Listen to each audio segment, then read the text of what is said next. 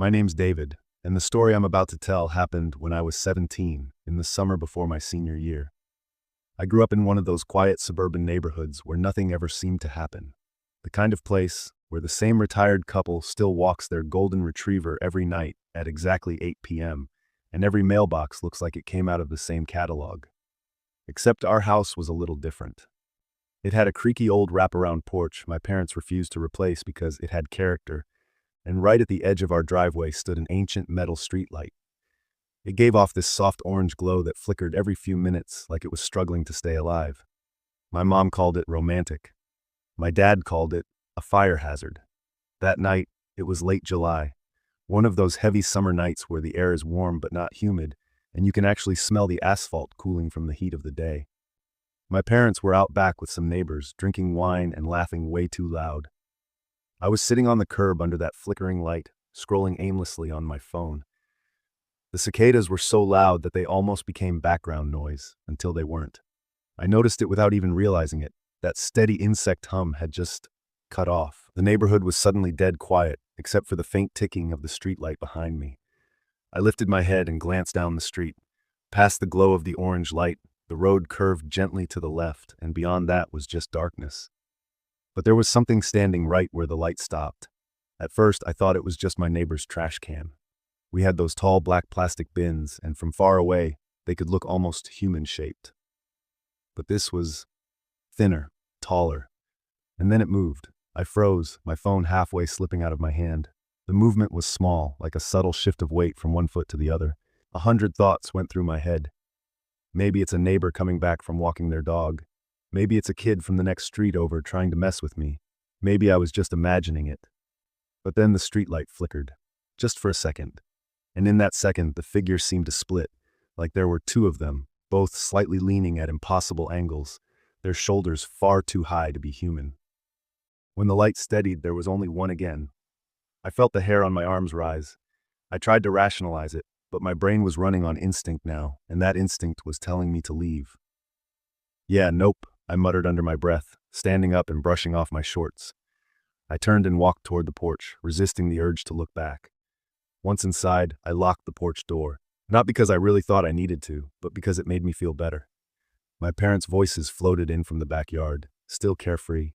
I flopped onto the couch, scrolling my phone again, trying to convince myself I'd just been paranoid. That's when I heard it. 3 soft taps. I looked up. It wasn't at the front door.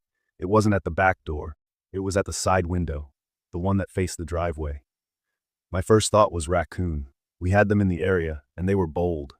But raccoons don't knock 3 times, pause, and then knock 3 more. My hands were slick with sweat as I reached for the blinds. I hesitated for a good 5 seconds before finally pulling them apart. Nothing. Just the warm glow of the streetlight spilling over the driveway. I let the blinds fall shut, relief flooding me, until I caught something in my peripheral vision. Movement. Low to the ground, retreating into the shadows. I tried to convince myself it had been a cat, but before I could finish the thought, my mom's voice cut in from the backyard. "Hey, did the power just—" Then silence. Chairs scraped across the deck. My dad muttered something I couldn't make out. I turned toward the window again, just in time to see the streetlight die. The entire street sank into a blackness so heavy it felt like it was pressing against the glass. Without the light, the far end of the street looked endless, like it could stretch on forever into nothingness. And then came the sound. At first, I thought it was my own heartbeat in my ears. But no, it was footsteps. Barefoot, slapping against asphalt, fast. And they weren't coming from the curve in the road.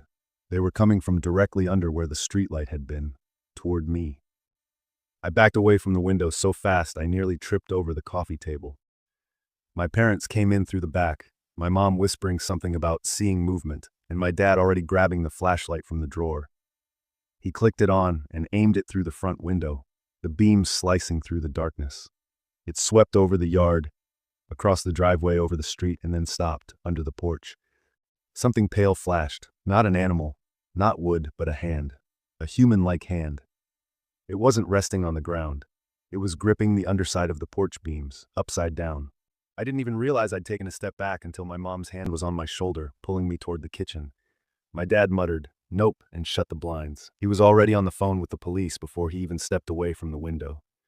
We stood in the kitchen, every light in the house on, waiting for the sound of sirens. That's when the streetlight flickered back on. But it wasn't right.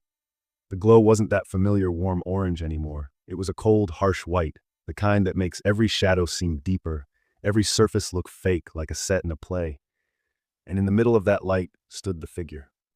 It was tall, too tall. Its limbs were thin, its neck bent at a sharp angle so that its head was completely sideways, as if it was listening.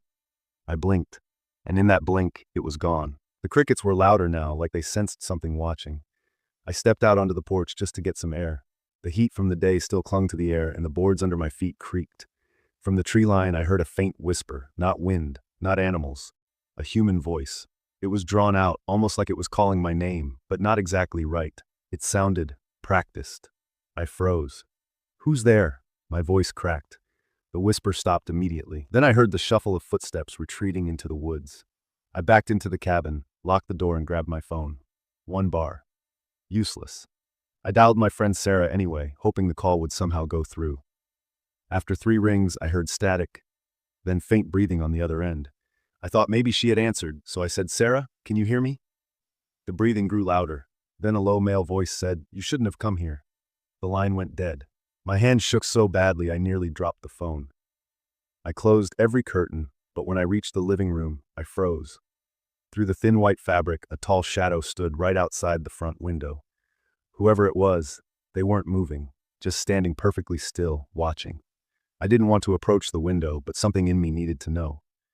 I took 1 slow step forward, and the shadow suddenly tilted its head at an unnatural angle. That's when I killed the lights and backed away into the kitchen.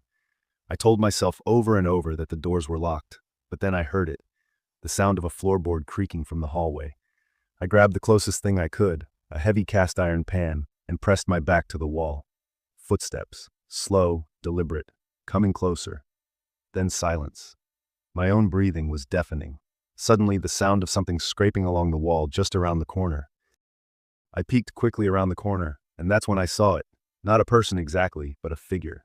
It was pale, thin, its outline barely catching the dim light from the window. It wasn't moving, just standing, facing the wall.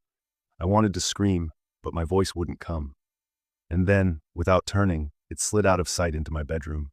I should have run out the front door right then, but my bag, keys, and only flashlight were in that room. I crept toward the bedroom door, pan in hand. The door was slightly open, just enough for me to see the dark inside. I pushed it open with my foot. Empty. At least, that's what I thought until I looked at the floor. My bag was gone, my flashlight was gone, and on the bed there was a small folded note. It said, "You'll hear me first." Before I could even react, every light in the cabin went out at once. I was plunged into total darkness. Then came the sound, faint at first, from somewhere in the walls. Whispering.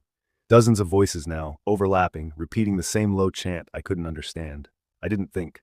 I bolted for the front door, unlocked it, and ran into the humid summer night. The woods were darker than I'd ever seen them. My truck was about 30 yards away. I sprinted, branches cutting my arms as I ran. Halfway there, something stepped out from behind a tree. It was the tall figure again, head tilted, long arms hanging at its sides. I didn't stop. I swerved around it, didn't dare look back, and dove into my truck, fumbled with the keys, heart hammering. The truck roared to life, and I floored it down the gravel path. I was maybe 50 yards from the main road when I heard it, from the back seat. That same whisper right by my ear. "You'll hear me first." I swerved, nearly hitting a tree, but didn't stop. I didn't look.